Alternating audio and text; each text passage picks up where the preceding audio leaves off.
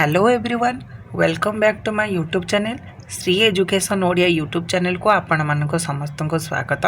तेबे आम पूर्व वीडियो गुड़िक जपरी भाव में CPT UGC NET Odia exam पाई सब एमसीक्यू टाइप प्रश्न गुड़िक और तार उत्तर आलोचना करथिले एवं सही प्रश्न उत्तर आमर ओडिया नाटक रंगमंच एवं एकांकिका विभाग सब आलोचित हो आसूला। तेबे सही विभाग आउ किछि गुरुत्वपूर्ण प्रश्न को आम यही वीडियो आलोचना करबा।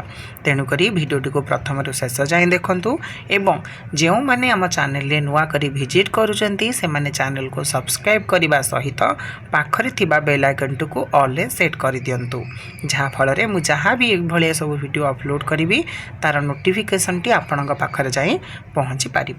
तेबे चलतु डेरी नक भिडियोटी को आरंभ करवा। दूरदर्शन प्रथम धारावाहिकर नाम कौन? दूरदर्शन प्रथम धारावाहिकर नाम होची हम लोग। 1948 रे यह प्रसारण आरंभ होइतिला। बलराम दासंक लक्ष्मी पुराण को किए नाट्य रूप प्रदान करथिले? बलराम दासंक लक्ष्मी पुराण को अश्विनी कुमार घोष प्रथमे नाट्य रूप प्रदान करथिले। एटा पिला माने बहुत गुरुत्वपूर्ण प्रश्न, ताको मार्क करी रखिथिबो।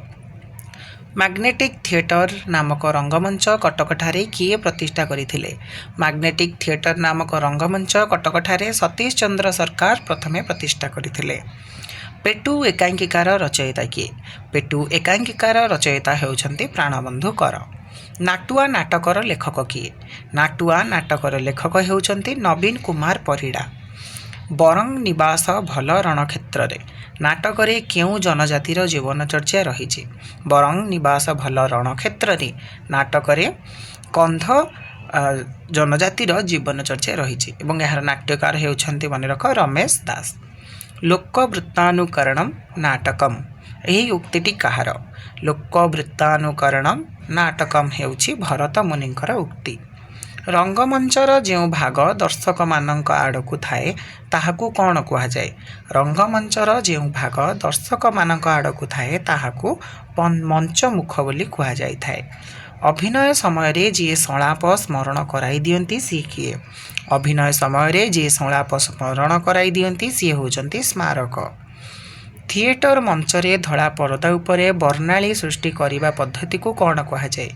थिएटर मंचरे धड़ा परदा उपरे वर्णाली सृष्टि करिबा पद्धति को भग्न मिश्रण पद्धति बोली कह जाए।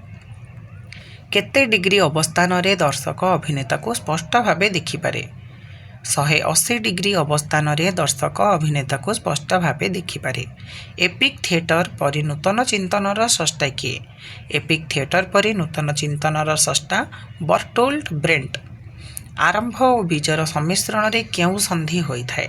आरंभ और बीजर सम्मिश्रण रे मुख्य संधि होइथाए। नाटकरे गर्भसंधि केतेबेले होइथाए? नाटकरे गर्भसंधि प्राप्त्याशा और पत्ताकार सम्मिश्रण रे होइथाए। अथवा अंधकार नाटक बा अथवा अंधार नाटकर स्रष्टा किए? अथवा अंधार नाटकर स्रष्टा हेउचंती जदुनाथ दास महापात्र। ओडिया साहित्यर प्रथम नाट्य आलोचना ग्रंथर नाम कौन? ओडिया साहित्यर प्रथम नाट्य आलोचना ग्रंथर नाम हेउची नाट्यकला।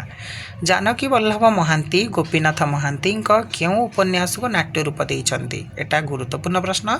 जानकी वल्लभ महांती गोपीनाथ महांती परजा उपन्यास को नाट्य रूप देइछंती। ओडिया नवनाट्य आंदोलनर प्रवक्ता किए? एटा मध्य अति गुरुत्वपूर्ण प्रश्न। ओडिया नवनाट्य आंदोलनर प्रवक्ता हेउछंती मनोरंजन दास। ओडिशा रे थार्ड पेंडाल बा तृतीय मंचर परिकल्पना प्रथमे किए करिथिले? ओडिशा रे थार्ड पेंडाल बा तृतीय मंचर परिकल्पना प्रथमे रमेश प्रसाद पाणिग्राही करिथिले। थिएटर और यात्रार मिलित रूप को कहार सृष्टि? थिएटर और यात्रार मिलित रूपरू आमर थिएटात्रार सृष्टि। गुरुत्वपूर्ण प्रश्न, नेट क्वेश्चन में आसीपे। नाटकीय गठन कला केते भाग रे विभक्त? नाटकीय गठन कला 2 भाग रे विभक्त, यथा लिखन और अभिनय। भरतंक नाट्यशास्त्र रे केते प्रकारर मंचर उल्लेख अछि? भरतंक नाट्यशास्त्र रे 3 प्रकारर मंचर उल्लेख अछि। केउ नाटक बंग भाषा रे नवनाट्य आंदोलनर नेतृत्व नेइथिला? एवं इंद्रजित नाटकटी बंग भाषा रे नवनाट्य आंदोलनर नेतृत्व नेइथिला एवं ए नाटकर रचयिता थिले बादल सरकार। ଓଡ଼ିଆ ନବନାଟ୍ୟ ଆନ୍ଦୋଳନର ପ୍ରଥମ କୃତି ଆଗାମୀ କେବେ ଅଭିନୀତ ହୋଇଥିଲା? ଓଡ଼ିଆ ନବନାଟ୍ୟ ଆନ୍ଦୋଳନର ପ୍ରଥମ କୃତି ଆଗାମୀ 1950 ମସିହାରେ ଅଭିନୀତ ହୋଇଥିଲା। ଲଘୁ ବିଷୟବସ୍ତୁକୁ ନେଇ ସୀମିତ ଦର୍ଶକ ପାଇଁ ହୋଟେଲରେ ଅଭିନୀତ ହେଉଥିବା ନାଟକକୁ କ'ଣ କୁହାଯାଏ? ଲଘୁ ବିଷୟବସ୍ତୁକୁ ନେଇ ସୀମିତ ଦର୍ଶକମାନଙ୍କ ପାଇଁ ହୋଟେଲରେ ଅଭିନୀତ ହେଉଥିବା ନାଟକକୁ କାଫେ ଥିଏଟର ବୋଲି କୁହାଯାଇଥାଏ। କାଫେ ଥିଏଟରର ଜନକ କିଏ? କାଫେ ଥିଏଟରର ଜନକ ହେଉଛନ୍ତି ଉଡୱାର୍ଡ। ବିନା ସଂଳାପରେ ଅଭିନୀତ ହେଉଥିବା ନାଟ୍ୟଧାରାଟି କ'ଣ? ବିନା ସଂଳାପରେ ଅଭିନୀତ ହେଉଥିବା ନାଟ୍ୟଧାରାଟି ହେଉଛି ସାଇଲେଣ୍ଟ ଥିଏଟର। ଆଫସାର ହୁସେନ କେଉଁ ନାଟ୍ୟଧାରାର ପ୍ରବର୍ତ୍ତକ? ଆଫସାର ହୁସେନ ହେଉଛନ୍ତି ସାଇଲେଣ୍ଟ ଥିଏଟର ନାଟ୍ୟଧାରାର ପ୍ରବର୍ତ୍ତକ। ଗୋଟିଏ ଚରିତ୍ର, ଗୋଟିଏ ଦୃଶ୍ୟ, ଗୋଟିଏ ଅଙ୍କ ଥିବା ନାଟ୍ୟଧାରାଟି କ'ଣ? ଗୋଟିଏ ଚରିତ୍ର, ଗୋଟିଏ ଦୃଶ୍ୟ ଓ ଗୋଟିଏ ଅଙ୍କ ଥିବା ନାଟ୍ୟଧାରାଟି ହେଉଛି ମୋନୋ ଥିଏଟର। ଅନ୍ତରଙ୍ଗ ନାଟକ ବା ଇଣ୍ଟିମେଟ୍ ଥିଏଟରର ଅଭିନୟ ସ୍ଥଳ କେଉଁଠି? ଅନ୍ତରଙ୍ଗ ନାଟକ ବା ଇଣ୍ଟିମେଟ୍ ଥିଏଟରର ଅଭିନୟ ସ୍ଥଳ ହେଉଛି ଘର ଅଗଣା ନଚେତ୍ ଖୋଲା ଛାତ। ସାଇକୋ ଥିଏଟରର ନାମକରଣ ଏପରି କାହିଁକି? ସାଇକୋ ଥିଏଟରର ନାମକରଣ ଏପରି ହୋଇଛି କାରଣ ସାଇକେଲ ମାଧ୍ୟମରେ ନାଟ୍ୟ ସରଞ୍ଜାମ ନେବା ସହିତ ଅଭିନେତା ଓ ଅଭିନେତ୍ରୀ ଯାଉଥିବା ଯୋଗୁଁ। ନାଟ୍ୟଗ୍ରାମ ଖୋର୍ଦ୍ଧା ଓଡ଼ିଶାର ପ୍ରତିଷ୍ଠାତା କିଏ? ନାଟ୍ୟଗ୍ରାମ ଖୋର୍ଦ୍ଧା ଓଡ଼ିଶାର ପ୍ରତିଷ୍ଠାତା ହେଉଛନ୍ତି ସୁବୋଧ ପଟ୍ଟନାୟକ। ଷ୍ଟ୍ରିଟ୍ ଥିଏଟରର ମୂଳ ଲକ୍ଷ୍ୟ କ'ଣ? ଷ୍ଟ୍ରିଟ୍ ଥିଏଟରର ମୂଳ ଲକ୍ଷ୍ୟ ହେଉଛି ଆଗ୍ରହ ସୃଷ୍ଟି କରାଇବା ବା ମୋଟିଭେସନ୍। ଷ୍ଟ୍ରିଟ୍ ଥିଏଟରର ମୋଟିଭେସନ୍ ବ୍ୟତୀତ ଆଉ କ'ଣ କରିଥାଏ?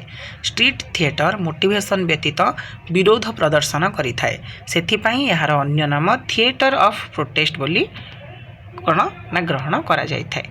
ତେବେ ଇଏ ତ ଥିଲା ସମ୍ପୂର୍ଣ୍ଣ ନାଟକ, ଏକାଙ୍କିକା ଓ ରଙ୍ଗମଞ୍ଚ ବିଭାଗର ଅତୀବ ଗୁରୁତ୍ୱପୂର୍ଣ୍ଣ ପ୍ରଶ୍ନ, ଯେଉଁଟାକି MCQ ଟାଇପ୍ରେ ମୁଁ ଆଲୋଚନା କଲି ଏବଂ ଉତ୍ତର ସହିତ ଆପଣଙ୍କୁ ପରିଚିତ କରାଇଲି। ଯଦି ପ୍ରଶ୍ନ ଗୁଡ଼ିକ ଏବଂ ଉତ୍ତର ଗୁଡ଼ିକ ଆପଣଙ୍କର କିଛି ସାହାଯ୍ୟ ଏବଂ ସହାୟକ ହୋଇପାରିଥିବେ ପଢ଼ିବାରେ, ତେବେ ଭିଡ଼ିଓଟିକୁ ଗୋଟେ ଲାଇକ୍ କରିଦେବେ, ସାଙ୍ଗମାନଙ୍କ ସହିତ ଯେତେ ପାରୁଛନ୍ତି ସେତେ ସେୟାର କରିଦେବେ ଏବଂ ଆମ ଚ୍ୟାନେଲକୁ ସେତେ ମାତ୍ରାରେ ଭଲ ପାଇବା ଦେଇ ଆମ ଚ୍ୟାନେଲକୁ ସବସ୍କ୍ରାଇବ୍ କରି ରଖିଥିବେ ଏବଂ ଆମ ସହିତ ବଜାୟ ରହିଥିବେ। ତେବେ ଦେଖା ହେବ ଆଉ ଗୋଟେ ନୂଆ ଭିଡ଼ିଓରେ ଆଉ ନୂଆ କିଛି ପ୍ରଶ୍ନ ଏବଂ ଉତ୍ତର ସହିତ। ସେ ପର୍ଯ୍ୟନ୍ତ ମୋତେ ବିଦାୟ ଦିଅନ୍ତୁ ଏବଂ ଆମ ସହିତ ଯୋଡ଼ି ହୋଇକି ରହିଥାନ୍ତୁ। ରହିଲି। ଜୟ ଜଗନ୍ନାଥ। ବନ୍ଦେ ଉତ୍କଳ ଜନନୀ।